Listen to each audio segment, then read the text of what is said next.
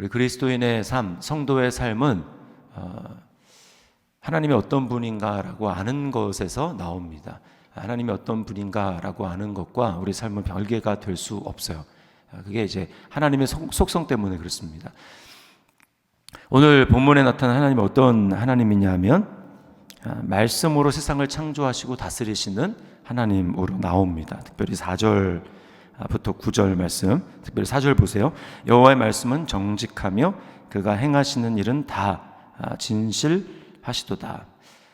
우리 인간은 생각과 말과 행동이 다 따로따로입니다. 생각은 이렇게 하고 또 말은 다르게 할 수 있으며 또 행동은 또 다르게 할 수 있습니다. 그러나 하나님은 그게 하나예요. 하나님의 생각은 곧 하나님의 말씀이고 하나님의 말씀은 곧 하나님의 행동입니다. 그건 하나님의 하나예요. 그래서 하나님이 그런 분이라는 거죠.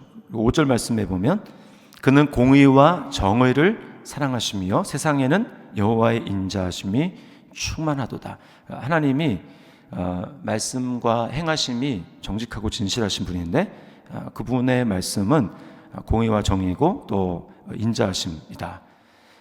6절 말씀에 여호와의 말씀으로 하늘이 지음이 되었으며 그 만상을 그의 입의 기운으로 이루었도다. 이렇게 말씀을 합니다. 하나님이 말씀으로 천지를 창조하셨다라고 하는 건 매우 중요한 의미가 있어요. 그건 창조로 끝난 게 아닙니다. 창조로 끝난 게 아니에요.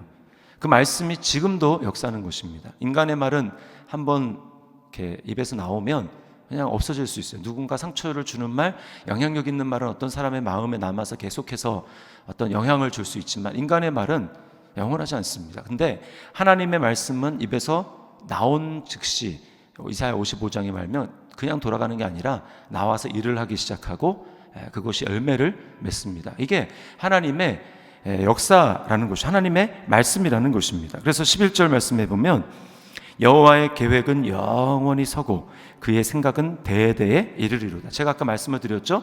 하나님의 말씀, 하나님의 생각은 그것으로 끝나는 게 아니다. 여기서 여호와의 계획이라는 것은 다른 말로 하나님의 말씀입니다. 말씀에는 하나님의 계획이 나와 있죠. 그래서 하나님의 말씀은 이렇게 해도 돼요. 여호와의 계획은 영원히 서고 그의 생각은 대대에 이르리로다. 히브리서 1장 3절 말씀에 보면 이런 말씀이 있습니다. 그의 능력의 말씀으로 만물을 붙드시며 라고 하고 있어요. 그러니까 우리는 하나님을 되게 좁게 생각하면 안 됩니다. 하나님의 말씀을 어떤 좁은 영역에 있어서 은혜 받고 끝나는 그런 말씀 정도로만 생각할 게 아니에요. 하나님의 말씀은 온 우주 만물을 만드셨을 뿐만 아니라 그 말씀의 원리로 지금도 대대에, 아까 11절에 대대에 이른다 이렇게 말씀하고 있죠. 그러니까 이 세상에 돌아가는 원리가 하나님의 말씀의 원리로 돌아가는 거예요. 하나님의 진리의 말씀으로 다스려지고 지금도 만물을 붙들고 계시고 역사하고 계신다라는 것입니다. 우리는 그 하나님의 말씀, 진리를 굉장히 넓은 모든 만물을 포괄하는 그런 차원으로 이해를 해야 되는 거예요. 그냥 내 영혼 가운데 또 교회 안에서 이 정도가 아니라는 거예요. 그러므로 하나님의 말씀이 정말 어떤 말씀인가라는 것을 우리가 잘 알고 깨달을수록 그 인생은 형통할 수밖에 없고 복을 받을 수밖에 없는 거예요. 왜냐하면 이 세상을 돌아가는 원리를 알게 되니까 그런 것이죠. 그런 의미에서 성경에 나와서 우리가 이제 말씀이라고 할 때, 계시라고 할 때 두 가지 의미가 있습니다. 하나는 이제 보편적인 일반 계시가 있고 또 하나는 특수한 특별 계시가 있어요. 일반 계시의 대표적인 것은 어떤 원리입니다. 원리. 어떤 원리. 그냥 이제 좀 좁게 얘기하면 그래요. 어떤 원리. 그런 것들 이제 구원이라기보다는 그냥 일반 세상에 돌아가는 원리입니다. 이거는 모든 나라에 다 있어요. 하나님이 사람을 하나님 형상을 따라 만드셨기 때문에 사람들에게 그게 다 있습니다. 그래서 모든 나라들마다 이제 그게 다 있어요. 그래서 부모에게 공경해야 된다. 또 사람은 서로 인권을 존중하며 인간은 존중하게 대해야 된다. 이런 그런 원리들입니다. 이것은 사람이 이렇게 본능적으로 알게 되는 거예요. 불문율. 또 그런 것이 도덕 같은 그런 학교에서 배우는 것이기도 하고요. 또 거짓말을 하면 안 된다 이런 거죠. 자, 이게 이제 대표적으로 잘 나와 있는 거가 성경에서 66권 중에서 우리가 보통 지혜서라고 말하는, 그리고 가장 그 가운데 잘 나타나 있는 것이 잠언입니다. 잠언. 그래서 사람들 사이의 관계를 어떻게 하는 게 좋으며 이런 것들이에요. 그것을 잘 알수록 꼭 구원의 영역, 그런 영역이 아니라 우리는 지혜롭게 되고 더 이 세상을 풍요롭게 열매 맺는 삶을 살아갈 수가 있게 되는 것입니다. 그리고 그 하나님의 그 계시의 말씀을 따를 때, 진리의 말씀을 따를 때 나라들이 잘 이렇게 서가는 것이고 통치가 되는 것이고 하나님의 질서가 잘 자리를 잡게 되는 거예요. 그게 왜냐?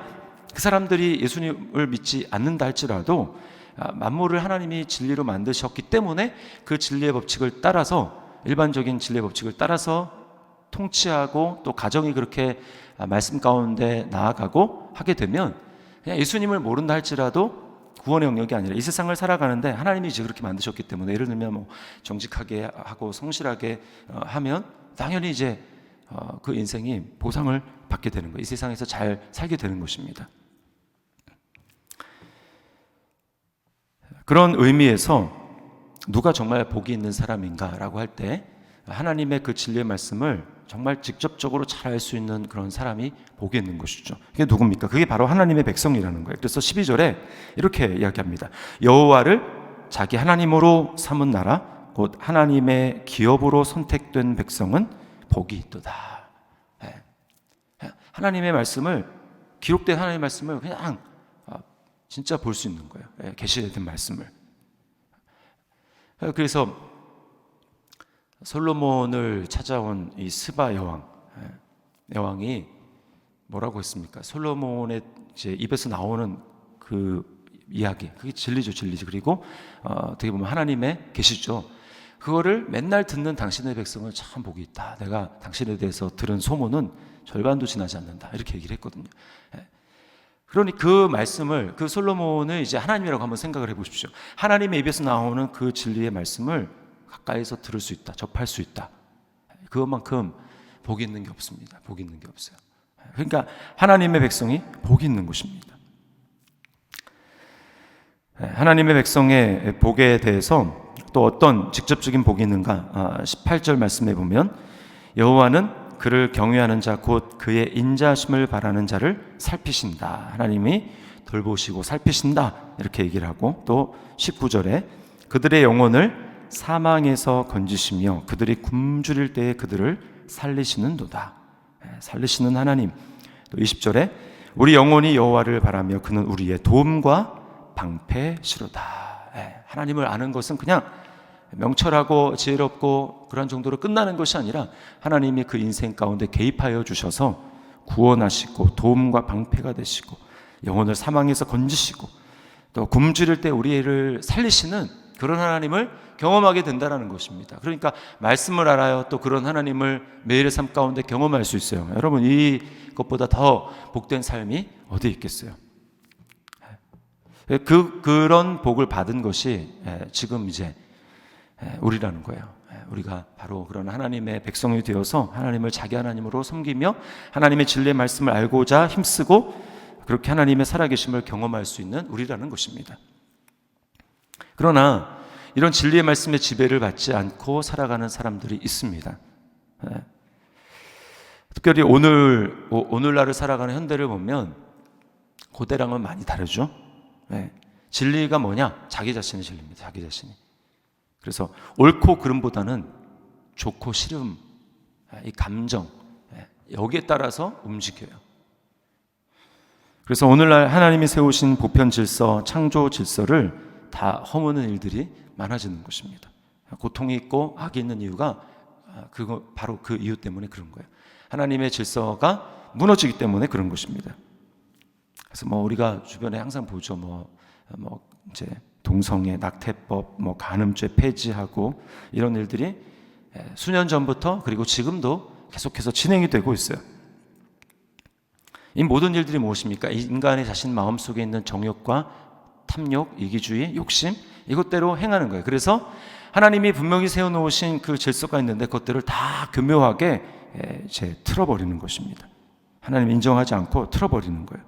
그리고 그런 기준이, 절대적인 진리 기준이 그게 하나님이라고 인정하지 않는다 할지라도 인간 내 밖에 객관적으로 따로 존재한다라고 하는 것을 인정할 수 없는 것입니다. 진리는 외부에 따로 존재하지 않는다. 진리는 우리 안에 존재하는 것이다. 내 안에 존재하는 것이다. 내가 곧 신이고 내가 인간이 하나님이다. 이렇게 이야기하는 거예요. 이게 이제 뉴에이지죠. 뉴에이지. 인간이 신이라는 거예요. 그래서 인간이 모든 것을 다 바꿀 수 있는 그런 일을 행하는 것입니다.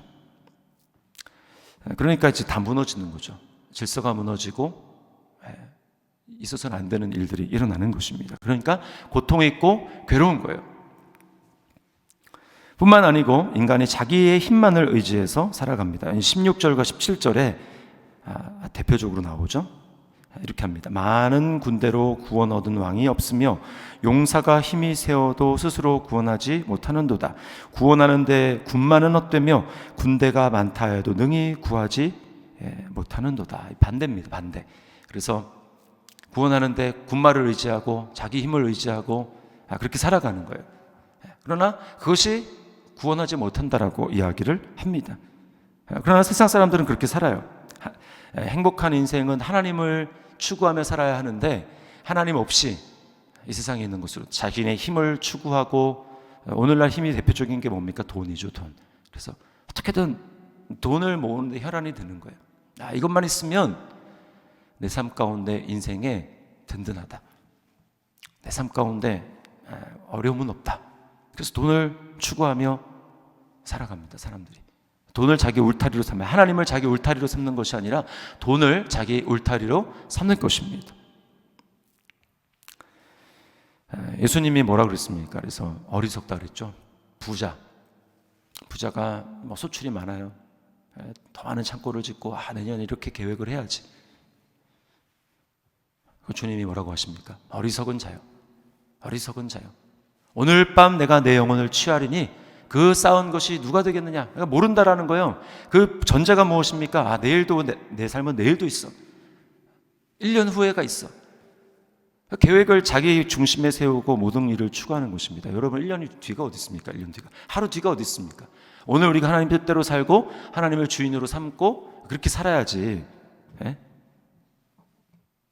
그러니까 자기가 주인인 거예요. 자기가 주인. 그래서 하나님이 아니라 재물을, 자기의 힘을, 여러 가지 하나님 아닌 다른 것들을 의지하고 그 힘으로 살아가는데 그게 구원을 이루지 못한다는 것입니다. 그게 성경의 원리예요. 야고보서에서 나오죠. 어느 도시에 가가지고 1년 동안 장사해서 이득을 보리라 하는 자들아, 내일 일을 너희가 알지 못하는도다. 너희는 잠깐 있다 없어지는 안개니라. 안개 아주 자욱하더라도 햇볕 나면 곧 없어지는 게 안개입니다. 우리 인생이 그렇다라는 거예요. 그런 인생 가운데 뭘 1년 후를 계획하고 그래서 내 계획대로 이렇게 해가지고 돈을 더 많이 모으면 내 삶이 이렇게 되고 거기 하나님이 어디 있습니까? 하나님 말씀이 어디 있습니까? 우리는 착각하면 안 됩니다. 우리가 원래 그런 존재 아니었습니까? 이게 그 전도서에서 말하는 해 아래서의 삶이에요. 우리 인생이 다 해 아래서의 삶을 추구하면서 그게 마치 전부인 것처럼 해 아래서 뭘 더 많은 지식을 쌓고 커리어를 쌓고 막 돈을 막 모으고 더 인맥을 넓히고 그래서 뭔가 좀 더 영향력 있는 삶을 살아가려고 하는데 솔로몬의 결론은 이미 하나님이 말씀하시지 않습니까? 헛되다. 헛되고 했더니 헛되다. 결론이에요. 결론. 그게 우리가 원래 그겁니다. 인간이 하나님을 잊어버리니까 눈이 멀어서 해 위를 보지 못하고 해 아래만 보고 살아가는 거예요. 얼마나 어리석습니까? 근데 우리는 어떻습니까? 예수님 뭐라고 말씀하세요? 거듭나지 아니하면 사람이 위로부터 태어나지 않으면 하나님 나라를 볼 수 없느니라. 하나님 나라에 들어갈 수 없느니라. 우리는 눈이 먼 존재고 하나님 나라를 볼 수도 없고 들어갈 수도 없던 존재인데 예수님이 오셔서 우리를 거듭나게 하셨어요. 하늘에서부터 오신, 해 위에서 오신 그 예수 그리스도 하나님의 아들이 오셔서 우리에게로 들어오셨고 우리에게 생명이 들어오니까 어떻습니까? 우리가 맨날 땅만 보고 살아가던 우리 인생이 하늘 위로 바라보는 것입니다. 영원한 소망을 발견하게 되는 것입니다. 그러니까 우리는 어떻게 살아야 돼요?